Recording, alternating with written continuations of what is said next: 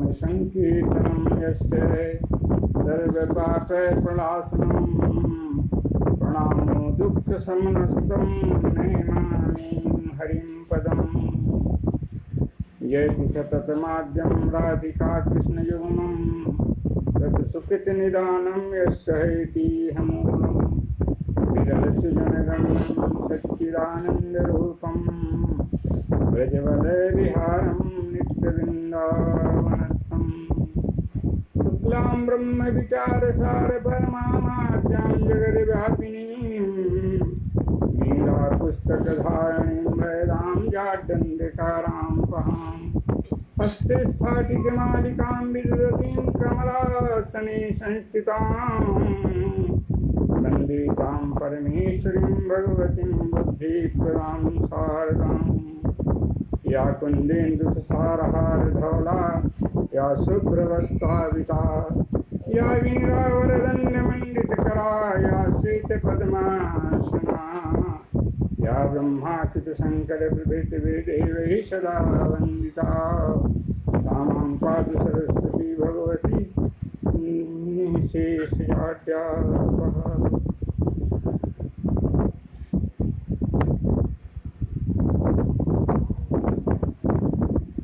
इसके पूर्व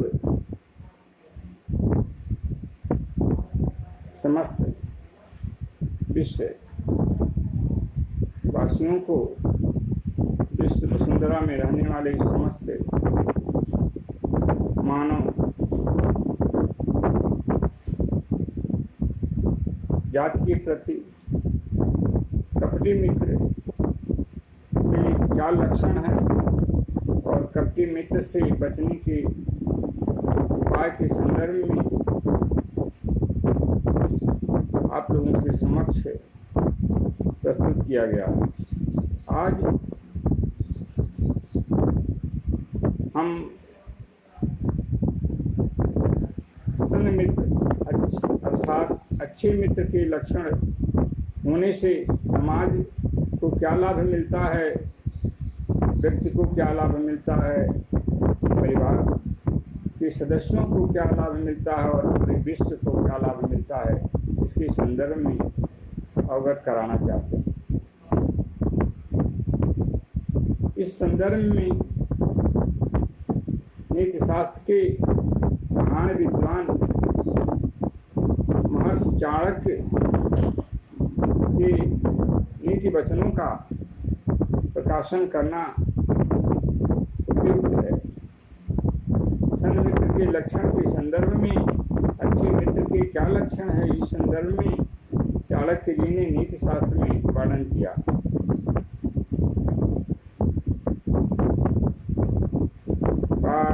पापान्निवारयति यो जयते हिताय गुह्यं च गुह्यं गुणान् प्रकटीकरोति आपद्गलगते च जहाति ददाति काले आपद्गते च न जहाति ददाति काले सन्मित्रलक्षणमिदं प्रवदन्ति सन्तः जाडन्धियो हरति सिञ्चति वाचि सत्यम् जाडन्धियो हरति सिञ्चति वाचि सत्यम्।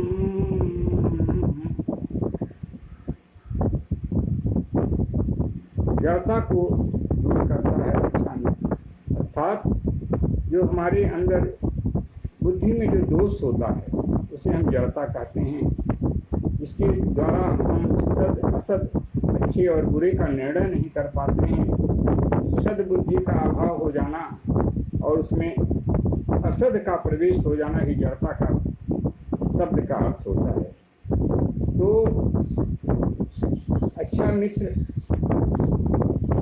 जो हमारे अंदर बुद्धि दोष होता है उसको दूर करके सद्बुद्धि का हमारे अंदर नियोजन का काम करता है, सद्बुद्धि को प्रदान करने का काम करता है।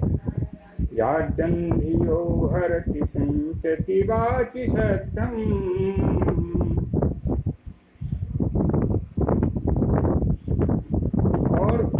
सत्यवाणी से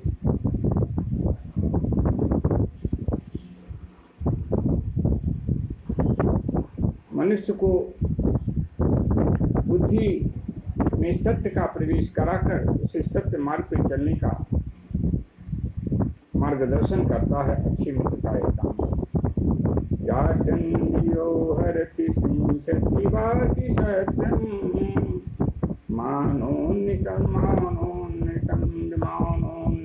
दिशतु पापम पाकरोति। सारे दिशत पापम पाकरोति, हर जगह पाप से दूर करता है, पाप से अलगाव कर देता है, अच्छे मार्ग में प्रवृत्त कराने का काम अच्छा मित्र करता है। आपद गति चन जहाति ददाति काले,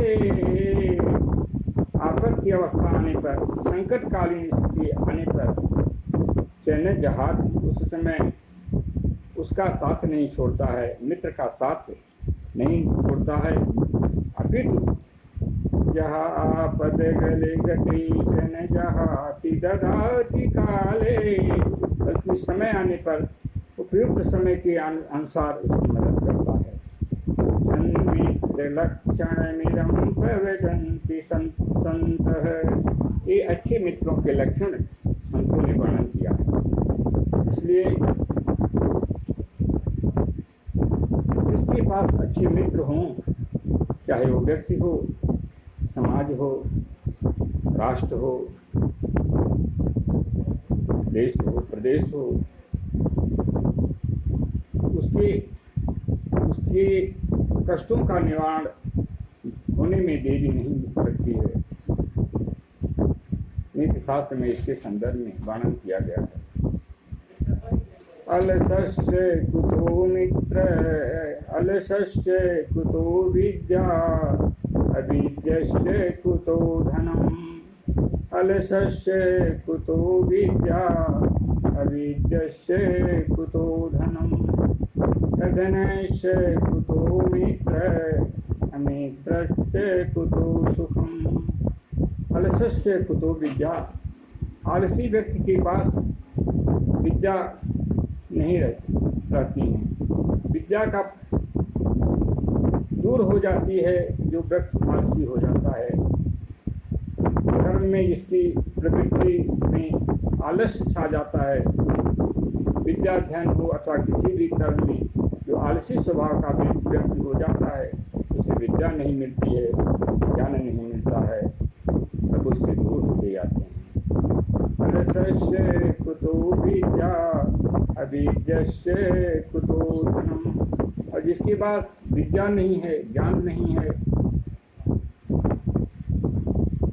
कार्य करने में कार्य कुशलता नहीं है, चातुर्य नहीं है, अर्थात विद्या अनेकों प्रकार की विद्याएं हैं।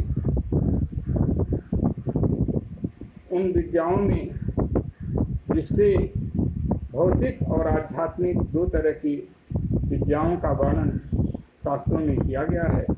भौतिक विद्या से हम जीवन यापन करते हुए अध्यात्म के तरफ उन्मुख होकर के आध्यात्मिक शक्तियों का भी संग्रह करते हैं और उनके माध्यम से लोक कल्याण करते हैं। और जब हम उससे भी ऊपर उठते हैं, भौतिक सिद्धियों, भौतिक कार्यों की संपन्नता के बाद उससे ऊपर की अवस्था ब्राह्मी चेतना का जागरण, जो आध्यात्मिक शक्तियों का जागरण, ब्रह्म चिंतन, जिसे हम विद्या की संज्ञा अध्यात्म जगत में प्रदान किया गया है, वास्तविक विद्या वही है। और यह जिससे हम जीवन यापन करने का काम करते हैं, यह विद्या होते हुए भी ये अविद्या के रूप में है, क्योंकि इसमें तमाम दोषपूर्ण पापजन्य कर्म भी होते जाते रहते हैं। इसलिए इसे हम पूर्ण रूप से विद्या की संज्ञा नहीं देते हैं, अपितु यह अविद्या है। और जो ब्राह्मी चेतना को जागरण करे, ब्रह्म से जोड़ने का काम करे, ब्रह्म से मिलाने का काम करे, ब्राह्मी स्थिति में लाने का काम करे, और जीवन को सदमार्ग, सदविवेक एवं सत्पथ पे चलाने का काम करे, जो विद्या वही विद्या ब्राह्मणी विद्या है और उसी वास्तव में विद्या की संज्ञा प्रदान की गई है। अलसस्य कुतो विद्या अविद्यस्य कुतो धनम। किंतु यदि विद्या नहीं है, ज्ञान नहीं है, तो धन की भी प्राप्ति, भौतिक संसाधनों की, भौतिक समृद्धि भी उसके पास नहीं आ पाती है, वो भी उससे दूर हो जाती है।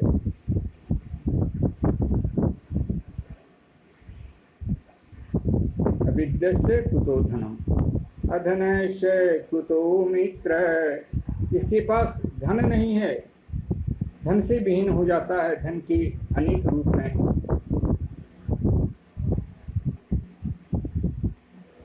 जैसे गोधन, गज धन, बाज धन और रतन धन खान। जब आवे संतोष धन, सब धन धूरि समान। वो धन, गायों का धन, पशुओं का धन, गज धन, घोड़े का धन, वो धन, गज धन में हाथी का धन, हाथियों का के पालन से हाथियों के से समृद्धि जो प्राप्त होती है, बढ़ने की बात को हंसते हाथियों को भी रखते हैं, वह भी एक धन के रूप में। घोड़ों को रखना यह भी धन है। रत्नों का समूह संग्रह कर लेना, ले लेना, रख लेना, यह भी धन है। और ये सारे धन, भौतिक सारी समृद्धियाँ भी, सबसे बड़ा धन संतोष रूपी धन जब मनुष्य के अंदर आ जाता है, तो ये सारे धन जो भौतिक सारी समृद्धियाँ नगण्य दिखाई देती हैं, क्योंकि इनका अस्तित्व अस्थिरता होने के कारण पर हमेशा हमेशा के लिए नहीं रहता है। इसलिए ये धूल के समान इसकी किसी निष्प्रयोजन मान होते हैं। इसलिए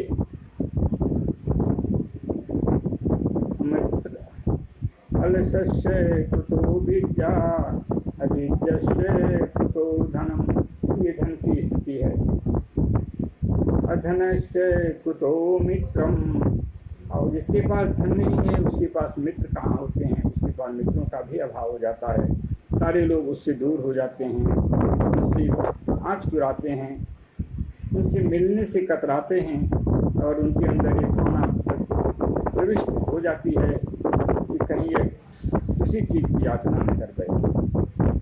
अधनस्य कुतो मित्र अविद्यस्य कुतो सुखम। और जिसके पास मित्र नहीं है, उसके पास सुख नहीं रह जाता है। इसलिए मित्र भी एक सुख के सबसे अच्छे साधन हैं। मित्र यदि हैं तो सुख आते देर नहीं लगती है, क्योंकि सन्मित्र का लक्षण ही है कि आपद गते च न जहाति ददाति काले। आपत्ति काल में वह साथ नहीं छोड़ता है, बल्कि उस समय उसकी पूर्ण रूप से मदद करता है। सन्मित्र लक्षण मित्रम प्रविधन संत। सच्चे मित्रों का, अच्छे मित्रों का लक्षण संत लोग ऐसा बताते हैं। इसलिए आज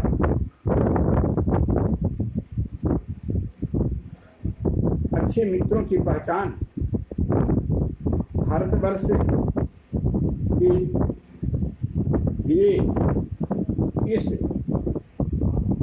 विषम अवस्था में देखने की है कि कौन वास्तव में भारत का वास्तविक मित्र है, जो अन्याय को अन्याय कहने के साथ भी न्याय पक्ष में अपनी भूमिका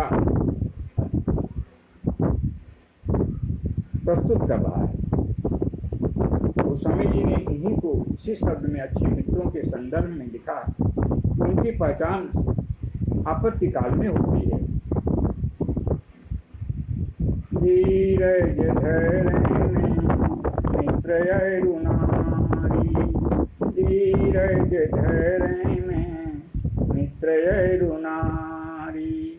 आपद काल परिखियमुचारी। आपद काल परिखियमुचारी। उसके बाद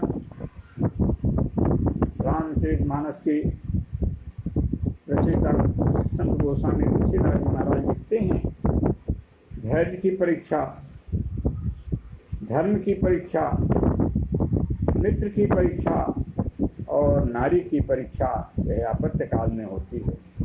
जो वास्तव में सही होते हैं, सही ढंग से जो जिनकी स्थिति होती है वे ही आपत्ति काल में साथ देते हैं, अन्यथा वे अलग हो जाते हैं।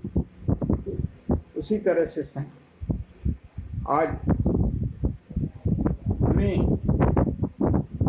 जो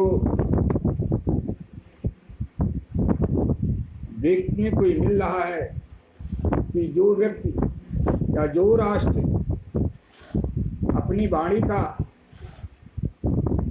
महत्व नहीं देता है,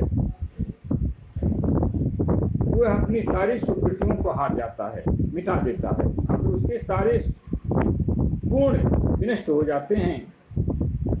जैसे नीति शास्त्र में इस संदर्भ में लिखा गया है,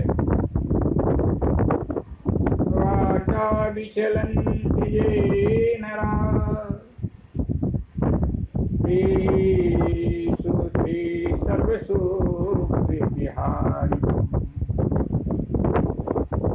वाचा विचलन्ति ये नरा ते सर्वसु प्रतिहारितम्।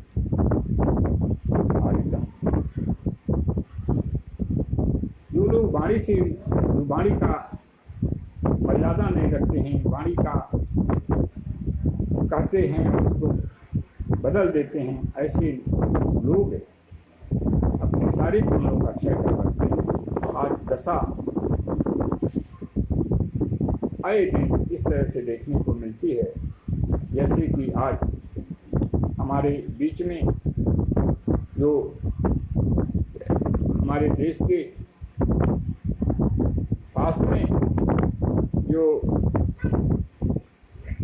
हमारी सीमाएं, जो हमारे वीर सैनिकों के माध्यम से हर तरह से सुरक्षित की गई हैं, उनमें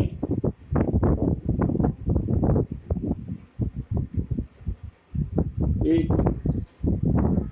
कपटी मित्र के रूप में जो चीन है, उसकी जो भूमिका दिखाई दे रही है, उसमें आज भारत के साथ रहने वाले, भारत के साथ मैत्री भाव से जुड़ने वाले अनेक राष्ट्रों के जो सहयोगात्मक प्रयोग और भावनाएं और क्रिया रूप में भी सहयोग के जो स्थितियां देखने को मिल रही हैं, ये प्रकाशित कर रही हैं कि वास्तव में भारत का वास्तविक और सच्चा मित्र कौन है। किसी भी राष्ट्र को विकास की गति देना ही उस राष्ट्र का सर्वोपरि लक्ष्य होना चाहिए। विस्तारवादी नीतियां हमेशा घातक रही हैं और दूसरे के अधिकारों की हत्या करने वालों का हमेशा पतन और विनाश हुआ है और होता रहेगा। इसके संदर्भ में द्वापर युग में महाभारत की जो संरचना भगवान कृष्ण के निर्देशन में दुर्योधन के कुबुद्धि और कुमार्गगामी, कुपथगामी और अतिस्वार्थ लोलुपता के कारण हुई, उससे पूरा विश्व परिचित है। दुर्योधन ने राज्य की आधी भाग का हिस्सेदार होने के बाद भी पांडवों को भगवान कृष्ण के द्वारा दूत रूप में जाने के बाद भी कि उन्हें 5 गांव ही दे दिया जाए, दुर्योधन ने अपने अहंकार और अति लोभवश, स्वार्थवश, जो कि विमार्गगामी बनाने का काम करता है, ऐसे दुर्बुद्धि के वशीभूत होकर भगवान कृष्ण से उसने यही कहा था कि सोच पूछ का अग्रम दास्यामि बिना युद्धे न केशव। हे केशव, सुई के नोक के बराबर भी जमीन बिना युद्ध के मैं नहीं प्रदान करूंगा। यहाँ तो भारत की सीमाएं भारत में ही यदि सुरक्षित रखने में कोई बाधा आता है तो वह शत्रु ही माना जाएगा, चाहे जो भी हो। ऐसी स्थिति में भारत देश की गरिमा स्वाभिमान की रक्षा हेतु जो भी आवश्यकता होगी उसके संदर्भ में हमारे देश के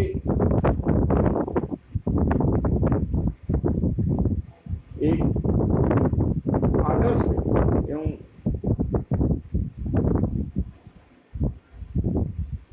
उच्च स्तरीय बुद्धि के प्रखर विद्वान माननीय प्रधानमंत्री महोदय ने सीमा पे जाकर सैनिकों को उद्बोधन के साथ शौर्य और अदम्य साहस के संदर्भ में जो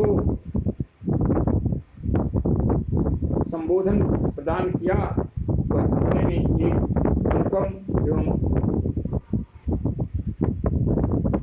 प्रेक्षणीय है।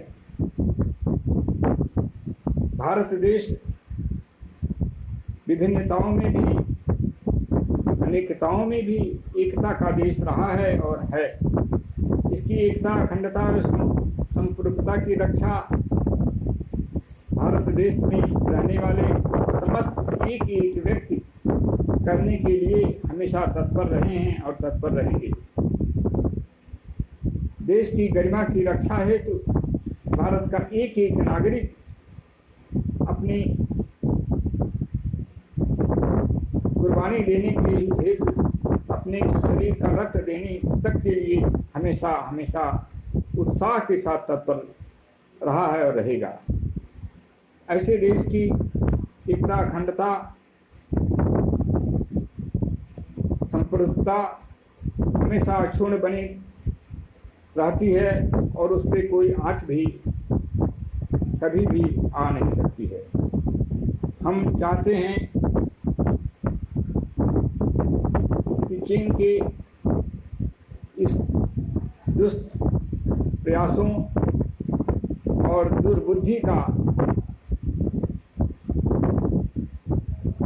हम उसके साथ व्यापारिक असहयोग करते हुए और अन्य राष्ट्रों से भी अनुरोध पूर्वक कराते हुए उसे मार्ग में लाने का काम करें और उसे यदि आवश्यकता अपरिहार्य स्थिति होती है तभी युद्ध की स्थिति बननी चाहिए, क्योंकि युद्ध में विकास सर्वथा अवरुद्ध होता रहा है और अवरुद्ध होता है। कौन विजित है, कौन विजेता है, यह हमेशा अंधकार के गर्त में बना रहता है। इसलिए हमें चीन के इस द्वारा किए गए इस दुष्प्रयास और कुप्रयास, दुष्चिंतन के संदर्भ में नीति शास्त्रों का अवलंबन करते हुए कि हम शत्रु से भी मार्गदर्शन ले सकते हैं और अपनी समृद्धि को, अपनी उन्नति को, अपने विकास को बहुत आगे तक ले जा सकते हैं। जैसे नीति शास्त्रों के वचन हैं, जीवन्तु मे शत्रुगणा सदैव येषां प्रसादात्सु विचक्षणोऽहम् यदा यदा मां विकृतिं लभन्ते तदा तदा मां प्रतिबोधयन्ति। नीति शास्त्र में लिखा गया है जीवन तुम्हें शत्रुगणा सदैव। ये अधिकार आते हैं समस्त विश्व के कल्याण हेतु। नीति शास्त्र में नीतिकारों ने लिखा, जीवन तुम्हें शत्रुगणा सदैव। हमारे शत्रु हमेशा जीवित रहें, उनका जीवित रहना हमारे लिए परम आवश्यक है, क्योंकि येषां प्रसाद सुविचक्षणो हम, क्योंकि उनकी कृपा से हम जो हमारे अंदर जो कमियां होती हैं वे उजागर करते हैं, और उन कमियों का को हम परिमार्जन करते हुए, उन कमियों को दूर करते हुए उस कमी से बिल्कुल अलग होकर के हम उससे आगे बढ़ते हैं, और उन कमियों को अलग होने से और उनकी उनको पूरा करके हम उसके स्वामी बन जाते हैं। उस कमी से का अभाव ही हमारे से दूर हो जाता है। यदा यदा मां विकृतिं लभन्ते, जब जब हमारे अंदर कोई कमियां आती हैं, हमारे अंदर उन कमियों को वे शत्रु लोग प्रकाशित करके उछाल कर समाज में, देश में प्रकाशित करके हमें उन कमियों से अवगत कराते हैं, और हम उन कमियों को दूर करके उन कमियों से हमेशा हमेशा के लिए अलग होकर उन कमियों से परिपूर्णता करते हुए उनसे हम पुष्ट हो जाते हैं। ये नियम है। शत्रुओं के प्रति हमारे नीतिकारों ने इतना लंबा संबोधन, उच्च भावनाओं का प्रदर्शन किया। इसी को कबीरदास जी नीति शास्त्र के महान विद्वान, भक्ति रस के महान विद्वान भी लिखते हैं। निंदक नियरे राखिए निंदक नियरे राखिए आगन कुटी छवार। निंदक नियरे राखिए आगन कुटी छवार। बिन साबुन पानी बिना निर्मल करे सुभार। निंदक को जो निंदा करता है उसे भी अपने पास रखने से हानि नहीं होती है। कितनी उच्च भावना है हमारे संतों की। बिन पानी साबुन बिना निर्मल करे सुभार। क्योंकि वस्त्रों को तो पानी और साबुन के माध्यम से भी अशुद्धि दूर होती है, किंतु बिना इसके भी वाणी के माध्यम से जो उद्बोधन के द्वारा वे हमारे दोषों को निर्मूल कर देते हैं। ये निंदकों की दशा है। इसलिए हम शत्रुओं से भी अच्छी भावनाओं का अपने अंदर समावेश करें, और इस देश की रक्षा में एक जो और देश को उन्नति के पथ पे अग्रसारित करने हेतु अपने जो बौद्धिक संपदा, शारीरिक श्रम संपदा एवं अनेकों प्रकार की जो भी हमारे द्वारा संभव हो सके उन क्रियाओं के माध्यम से अपने राष्ट्र की रक्षा करते हुए विश्व के कल्याण के पथिक बने, और विश्व कल्याण में मार्गदर्शन का काम अपने सद्बुद्धि और सद्विवेक के माध्यम से राष्ट्र को प्रदान करते हुए प्रदान करें।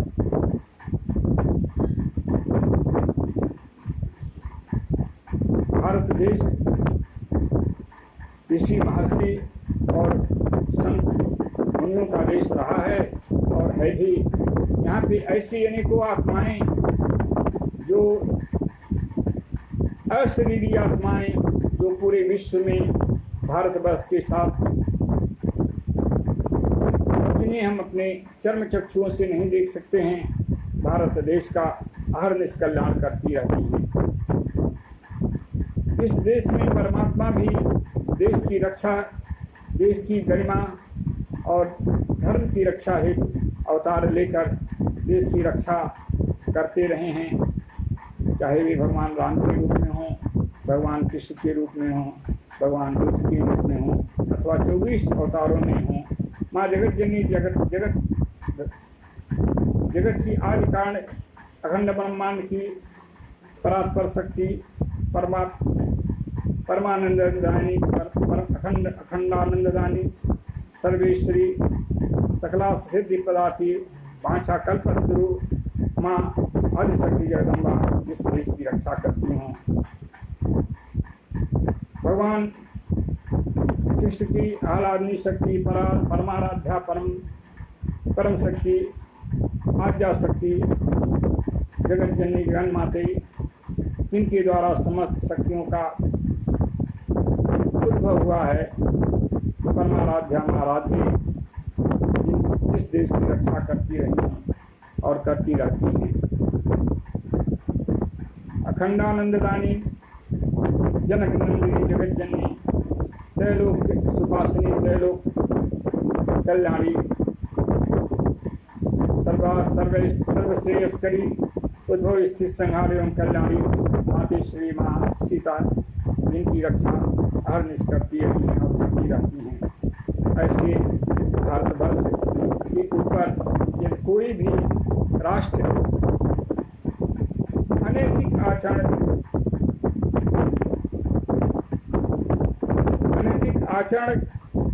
करने का दुष्प्रयास करेगा अथवा करने के बारे में सोचेगा,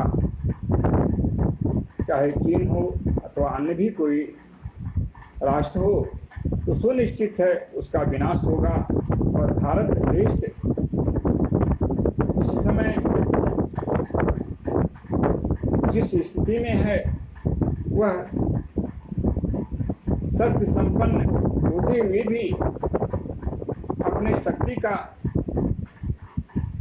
अन्याय पूर्ण प्रयोग नहीं करना चाहता है और न तो करता क्या है भारत ने कभी। हमारा भारत कभी भी आक्रांता न रहा है और न रहेगा, किंतु आक्रांताओं और दुष्चिंतन और दुष्प्रयास करके भारत की गरिमा को क्षति पहुंचाने वाले किसी भी राष्ट्र के प्रति भारत की शक्ति, भारत का साहस और भारत की जो अदम्य उत्साह है, हमारे सैनिकों का उत्साह, देश के नागरिकों का उत्साह, उसमें किसी भी प्रकार की न तो कमी है न तो कमी रहेगी। और यह देश हमेशा विश्व के कल्याण का पथिक रहा है और रहेगा। हम अपेक्षा करते हैं समस्त विश्व के समस्त राष्ट्रों से, आपसे भारत के प्रति अपनी सुदृष्टि बनाए रखें और भारत के साथ अपनी सहयोगात्मक भावनात्मक क्रियाओं के माध्यम से भारत को अपना मैत्री भाव प्रदान करते हुए और भारत भी समस्त अन्य राष्ट्रों के साथ मैत्री भाव प्रदान करते हुए आपसी सामंजस्य के द्वारा पूरे विश्व कल्याण के सहभागी बनकर एक दूसरे के माध्यम से अपना कल्याण और विश्व कल्याण प्राप्त करें। हम इस पावन बेला में आप लोगों से यही प्रार्थना और यही अपेक्षा रखते हैं कि आप सारे लोग वेद मार्गों का अनुसरण करते हुए वेद पथ के गामी बने। वेद हमारे भगवान कहते हैं, आनो भद्रा प्रतयो यान्तु विश्वतः विश्व के सारे विचार, शुभ विचार, जो भी शुभ विचार हैं वे हमारे अंदर प्रविष्ट हों। इन भावनाओं के साथ हम जीने का काम करें। इसी भावनाओं को हृदयंगम करते हुए विश्व के सारे राष्ट्र जीने का काम करें और इसी में पूरे विश्व का कल्याण एक वेदोक्त के अनुसरण करने में, अनुकरण करने में, उनके अनुसार आचरण करने में पूरे विश्व का कल्याण हो जाता है। सहनौ अवतु सहनौ भुनक्तु सह वीर्यं करवावहै तेजस्विनाधीतमस्तु मा विदुषावहै। सहना और साथ साथ चले सारे विश्व के समस्त राष्ट्रों के प्रति वेद के वाक्य, वेद के भगवान कहते हैं सहनौ अवतु, हम लोग सारे लोग साथ में रहें। सहनौ भुनक्तु, साथ साथ आप भोजन करें, साथ साथ मिल करके भोजन करें। सह वीर्यं करवावहै, और साथ साथ शक्ति संपन्नता प्राप्त करें। तेजस्विनाधीतमस्तु, हमारे अंदर पूरे राष्ट्र में, सारे राष्ट्र में तेजस्विता का संचार हो, तेजस्विता को हम ग्रहण करें। माँ विदुषावहै, किसी से हम द्वेष मत करें। सारे राष्ट्र का मंगल इन्हीं शब्दों में, इन्हीं विचारों में और इन्हीं विचारों का जीवन में अपनाने में हो जाता है। हम इनसे भी अनुरोध करते हैं कि इन अपने जो विचारों में परिवर्तन करते हुए सद्बुद्धि का आश्रय लें और जो विश्व अमंगल का परित्याग करके मंगल में अपनी शक्ति का सदुपयोग करें। कितना भी शक्तिशाली हो जाए, लेकिन यदि वह अपनी शक्ति का दुरुपयोग करता है तो उसका विनाश सुनिश्चित हो जाता है। इसके लिए हमारे अनेकों शास्त्रों के उदाहरण भरे पड़े हैं।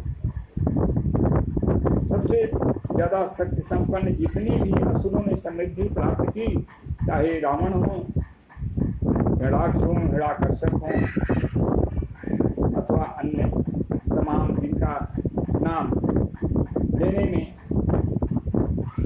समय भाव के कारण कठिनाई है, वे सारे नष्ट हो गए और अब कीर्ति को प्राप्त किए।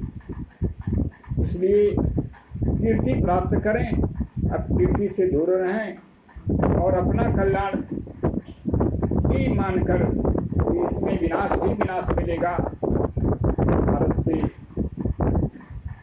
जो द्वेष भाव रखते हुए अथवा विस्तारवादी नीति का आश्रय लेकर भारत को गरिमा और को ठेस पहुंचाने में अथवा भारत की शक्ति संपन्नता में बाधा डालने में जो शक्ति प्रयोग कर रहे हैं, उसे विनाशकारी मानते हुए अपना कल्याण ही अपने क्षेत्र और अपने राज्य की सीमाओं में ही करने का प्रयास करें। इसी में चीन की भलाई है और अन्य भी हमारे जो पड़ोसी राष्ट्र जैसे पाकिस्तान भी चीन के द्वारा बुद्धि दोष से दूषित बुद्धि होने के कारण आज भारत का जो वास्तव में उसका मित्र भारत है, उसका शत्रु बना हुआ है, उसका भी वही परित्याग करके भारत के साथ मैत्री भाव रखते हुए अपनी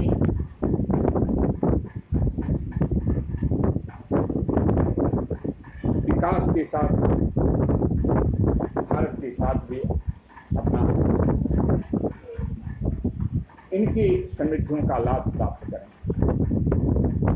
नेपाल भी चीन के ही बुद्ध से प्रभावित होकर जो भारत सबसे बड़ा राष्ट्र, चिंतक देश और पड़ोसियों के प्रति जो हमेशा हमारे जो आर्य संस्कृति है उसके अनुसार हमेशा मैत्री भाव, सह संबंध, अच्छे विचारों के साथ जुड़ने का काम करता है, हमेशा उनके साथ सहयोगात्मक भाव रखता है और हमेशा परम अभिन्न अंग जो मानते हुए भारत का जो हमारा पड़ोसी राष्ट्र नेपाल है वह भी आज बुद्धि दोष के कारण भारत से अलग बुद्धि, अलग अलगाव रखते हुए सत्य के मान रहा है, उसे भी अपनी बुद्धि में परिमार्जन करते हुए और उसका सही मित्र और सही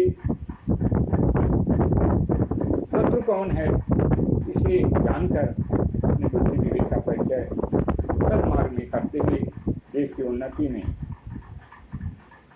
अपना समय और शक्ति का सदुपयोग करना चाहिए। अब मातृश्री परमाराध्या जगत वंदनीय जगत जननी माँ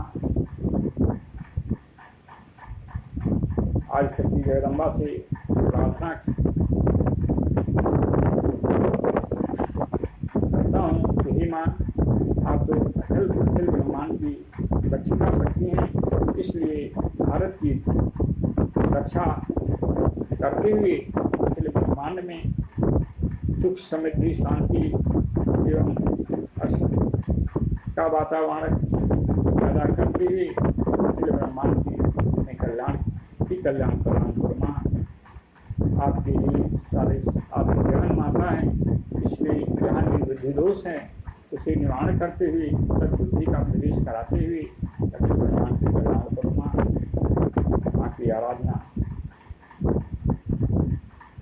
या श्री स्वयं सुकृतिनां भवानेश्वलक्ष्मी पापात्मनां कृतधियां हृदये सुबुद्धि श्रद्धा सतां कुलजन प्रभवे सुलज्जा तां तां नतास्मि परिपालय देवी स्वं दुर्गे स्मिता हरसि भीतिमशेषजन्तो तस्थै स्मिता मतिमतीव शुभां ददासि दारिद्र्य दुःख वैहारिणिका तदन्या सर्वोपकार करणाय सदा चित्ता। सर्वे भवन्तु सुखिनः सर्वे सन्तु निरामयाः सर्वे भद्राणि पश्यन्तु मा कश्चित् दुःखभाग् भवेत्। विश्वानि देव सवितुर्दुरितान् पराशो यद्भद्रं धन्नासु। पूर्णमदः पूर्णमिदं पूर्णात् पूर्णमुदच्यते पूर्णस्य पूर्णमादाय पूर्णमेवावशिष्यते। हरि ओं तत्सत् हरि ओं तत्सत् हरि ओं तत्सत् हरि ओं तत्सत्। ओम शांति शांति शांति शांति शांति।